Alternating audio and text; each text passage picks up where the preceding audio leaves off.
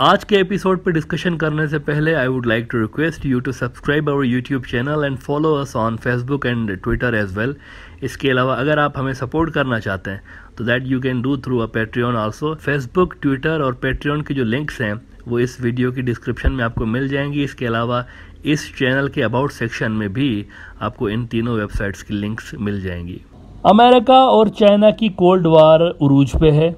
Cambodia और Vietnam के साहिलों पर इंडिया चाइना नेवीज की आमद और फिर क्वाड ग्रुप के यूक्रेन जंग छिड़ने के बाद अब दोबारा पूरी फोर्स के साथ इस रीजन के अंदर एक्टिव होने के बाद म्यांमार में भी प्रॉक्सी वॉर तेज हो चुकी है। 2-3 रोज पहले वहां पर एक बड़ा मुकाबला हुआ है जिसमें मिलिट्री जनता के कई फौजी मारे गए हैं और उनके वेपन्स भी नेशनल डिफेंस फोर्स ने अपने कब्जे में लिए हुए हैं। नेशनल डिफेंस फोर्स वो ग्रुप है जो कि डेमोक्रेटिक फोर्सेस की तरफ से लड़ रहा है।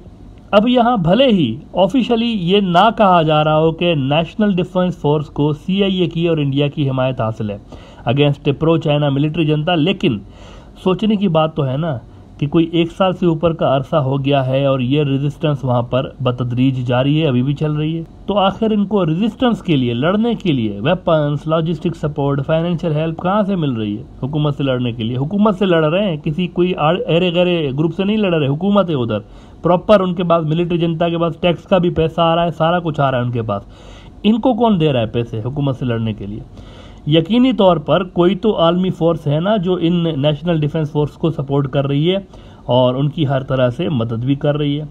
अब ये कौन सी फोर्सेस हैं इसका मैं सिर्फ आपको इशारा देता हूं, बाकी आप खुद ही समझ जाएं कि इनके पीछे कौन है। नेशनल डिफेंस फोर्स म्यांमार के अंदर मिलिट्री जनता की जगह पर डेमोक्रेटिक फोर्सेस की हुकूमत चाहती है और डेमोक्रेटिक फोर्सेस के सपोर्टर हैं इंडिया और अमेरिका। ये अलग बात है कि इंडिया अपने नॉर्थ ईस्ट के सेपरेटिस्ट ग्रुपों की वो जो उनकी मजबूरी है ना, उस वजह से वो खुल के मिलिट्री जनता के खिलाफ बात नहीं कर सकते। कई वहाँ इंडिया के अंदर ऐसी तंजीमें, ऐसे ग्रुप्स हैं नॉर्थ ईस्ट के अंदर जो कि आजकल मिलिट्री जनता के लिए काम कर रहे हैं, उनके लिए लड़ रहे हैं नेशनल डिफेंस फोर्स के साथ। इतनी ज़्यादा म्यांमार और इनकी ये जो रिबेल्स हैं नॉर्थ ईस्ट के, उनकी आपस में कोऑर्डिनेशन है। तो अगर इंडिया मिलिट्री जनता के खिलाफ एक हद से आगे गया तो म्यांमार जो है वो इंडियन नॉर्थ ईस्ट को बिल्कुल बॉयल कर सकता है। बाय द वे, बांग्लादेश का इंडिया को शुक्रिया अदा करना चाहिए म्यांमार के मुकाबले में। बांग्लादेश ने बहुत ज़्यादा इंडिया की हेल्प की हुई है इन सेपरेटिस्ट ग्रुपों को ख़त्म करने के लिए। मिसाल के तौर पर 2 रोज़ पहले का आप ज़रा ये बिजनेस स्टैंडर्ड देखें, इन्होंने रिपोर्ट किया हुआ है कि Bangladesh played major role in ensuring peace in North East, ex NSG chief. जबकि इसके बाद आप चंद महीने पहले का यूरेशियन टाइम्स देखें, बांग्लादेश का आपने रोल देख लिया, अब ज़रा ये देखें म्यांमार का क्या रोल रहा है। यूरेशियन टाइम्स ने चंद महीने पहले रिपोर्ट किया था कि Myanmar junta's secret deal with Indian rebels could seriously damage bilateral security ties with New Delhi. जनवरी में साउथ चाइना मॉर्निंग पोस्ट ने रिपोर्ट किया था कि why India is worried about China and Myanmar as conflict flares up in its north east region. तो देखें, equation कुछ यूं है कि म्यांमार की मिलिट्री जनता है चीन के साथ और मिलिट्री जनता का आशीर्वाद है इंडियन रेबल्स जो है ना, नॉर्थ ईस्ट की ग्रुप्स जो है उनको म्यांमार का आशीर्वाद हासिल है। तो इंडिया को ये डर है कि ये जो इनडायरेक्टली या डायरेक्ट एक लिंक है इनका, चाइना का असर है इनके ऊपर, तो चाइना इन ग्रुप्स को एक्टिवेट कर सकता है जब चाहे। एक और बड़ी डेवलपमेंट वहाँ पर होने जा रही है कि ये जो आंग सान सू की फोर्सेज है ना, ये जो नेशनल डेमोक्रेटिक फोर्सेज है या नेशनल डिफेंस फोर्सेज है, ये क्या करने वाले हैं कि ये वहाँ म्यांमार में अपनी पुलिस बनाने वाले हैं। मतलब एक मुल्क में 2 पुलिस होंगी और ये दोनों पुलिस आपस में ही लड़ रही होंगी। पहले ही वहाँ पर 2 हुकूमतें हैं, पैरेलल गवर्नमेंट्स मौजूद हैं वहाँ पर। मिलिट्री जनता की जो सरकार है उसकी अक्सर मुल्क के ऊपर हुकूमत है, लेकिन कुछ एरियाज मुल्क के ऐसे हैं जहाँ पर वो उनकी हुकूमत है, दूसरों की, रेबल्स की हुकूमत है। राइटर्स ने खबर लगाई है कि Myanmar shadow government to create its own police force. 7 lakh लोग अभी तक म्यांमार में गुज़िश्ता 1 साल में डिस्प्लेस हो चुके हैं। वहाँ पर प्रॉपर एक लड़ाई छिड़ी हुई है, मुल्क प्रैक्टिकली 2 हिस्सों में स्प्लिट हुआ पड़ा है। ये अलग बात है कि जिस ग्रुप को अमेरिका और इंडिया सपोर्ट करते हैं उनका कंट्रोल ज़्यादा इलाके पे है नहीं वहाँ पर म्यांमार में। अमेरिका आसियान रीजन के तमाम मुल्कों को कह रहा है कि आप ये जो शेडो हुकूमत बनी हुई है ना वहाँ पर, आप उससे बातचीत करें। अमेरिका प्रॉपरली उनके लिए लॉबिंग कर रहा है आसियान के अंदर कि इनसे डायलॉग्स करें, मुज़ाकरात करें, बातचीत करें, क्योंकि आगे चल के अमेरिका इनको रिकॉग्नाइज कराना चाहता है यूनाइटेड नेशंस के अंदर as official government of Myanmar. लेकिन आसियान के मुल्क इस पर अभी ज़्यादा गौर कर नहीं रहे बिकॉज ऑफ चाइना। और चाइना भी तो है ना, असल फैक्टर तो वो है यहाँ पे इस रीजन के अंदर। तो ग्राउंड पे भी अमेरिका और इंडिया की भरपूर सपोर्ट है, वहाँ लड़ाई जारी है और डिप्लोमेटिकली भी अमेरिका पूरी कोशिश कर रहा है कि कुछ इस तरह की शक्ल बने, कुछ ऐसी हुकूमत हम वहाँ पर बनाने में कामयाब हों, लेकर आ जाएं जिसको हम चाइना के खिलाफ भी इस्तेमाल कर सकें और BRI को भी म्यांमार के अंदर हम धपड़दूस कर सकें।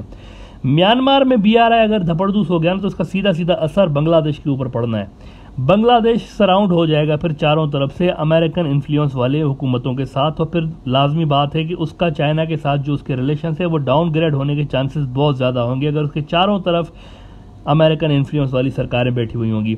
अभी तो देखें ना, ये पूरा बे ऑफ बंगाल जो आप देख रहे हैं यहाँ चाइनीज़ हैं, म्यांमार के अंदर चाइनीज़ प्रेजेंस है। लेकिन अगर ऐसा ना हुआ और यहाँ अमेरिकन आ जाते हैं म्यांमार में, बे ऑफ बंगाल में, और ऊपर से तीन तरफ से वो जो इंडिया है वो तो पहले ही यूँ समझे कि अमेरिकन कैंप में है, बांग्लादेश की तीन तरफ इंडिया है ना, तो फिर बांग्लादेश के पास ऑप्शंस लिमिटेड हो जाएंगे और उनको फिर डाउनग्रेड करने पड़ेंगे चाइना के साथ अपने रिलेशंस। तो म्यांमार की सिचुएशन डायरेक्टली लिंक करती है बांग्लादेश के साथ, उसके ऊपर असरअंदाज होगी। तो एक खौफनाक यहाँ पर कोल्ड वार जारी है।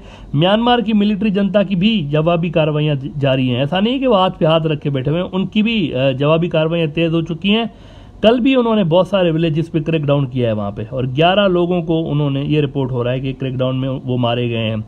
अक्सर जो एंटी जनता ग्रुप्स हैं ये कंट्री साइड में ज़्यादा हैं, देहातों में रह रहे हैं, शहरों के अंदर उनकी प्रेजेंस कम है, जंगलों में रह रहे हैं, देहातों में रह रहे हैं। शहरों के ऊपर फौज का मुकम्मल कंट्रोल है, हाँ, लेकिन अब डर ये है कि ये जो सिविल वॉर है वहाँ पर, ये देहातों से ये डर है अभी कि कहीं ये फैल ना जाए मजीद। अगर चाइना के इंटरेस्ट को, उसकी इन्वेस्टमेंट्स को डैमेज किया जाने लगेगा ना तो ये फैल जाएगी सिविल वॉर, और ये फैल के फिर इंडियन नॉर्थ ईस्ट के अंदर भी आ सकती है।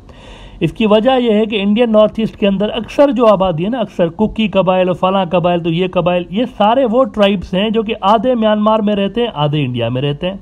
ये मसला है सारा का सारा। तो सेम लोग हैं, उनके ऊपर पहले ही इस जंग का असर पड़ा हुआ है। बहुत सारे ऐसे लोग हैं जो कि रिक्रूटमेंट इंडिया के अंदर से हो रही है, ये मैं आपको बताऊं, रिक्रूटमेंट इंडिया के अंदर से हो रही है। बहुत सारे ऐसे भी कबाइल हैं जो कि वहाँ जाकर मिलिट्री जनता के खिलाफ लड़ रहे हैं, लेकिन हैं वो ये इंडियन। तो डर इस बात का है कि अगर ये सिविल वॉर फैली तो इसका फिर असर सीधा सीधा पड़ेगा इंडिया का जो नॉर्थ ईस्ट का इलाका इसके ऊपर, और अगर मिलिट्री जनता के ऊपर एक हद से ज़्यादा प्रेशर बढ़ा तो फिर वो यकीनी तौर पर इन रीजन्स के अंदर भी इसको अनलीश करेंगे, अपनी प्रॉक्सीज को इंडिया के खिलाफ वो अनलीश कर सकते हैं। असल जो इस पोर्ट की और चाइना म्यांमार इकोनॉमिक कॉरिडोर की जो स्ट्रेटेजिक सिग्निफिकेंस है वो ये है कि चाइना यहाँ से बैठ के इंडिया को मॉनिटर कर रहा है। एक तो वो गवादर से इंडिया को दबाव में ला रहा है ना, गवादर में चाइनीज़ और पाकिस्तानी दोनों इंडिया के कहते हैं ना कट्टर दुश्मन, और यहाँ म्यांमार में इधर से भी बैठे हुए हैं, तो इंडिया के ऊपर एक तलवार लटक रही है। ऐसे में ये जो रिपोर्ट्स आ रही हैं वेस्टर्न मीडिया के अंदर, जो वेस्टर्न इंटेलिजेंस सोर्सेज हैं वो भी कह रहे हैं कि अगले 6-7 साल के अंदर अंदर इस रीजन में मज़ीद चाइना की जो नेवी है उसकी प्रेजेंस होगी, तो चाइना की डोमिनेंस यहाँ पर और ज़्यादा कई गुना बढ़ जाएगी।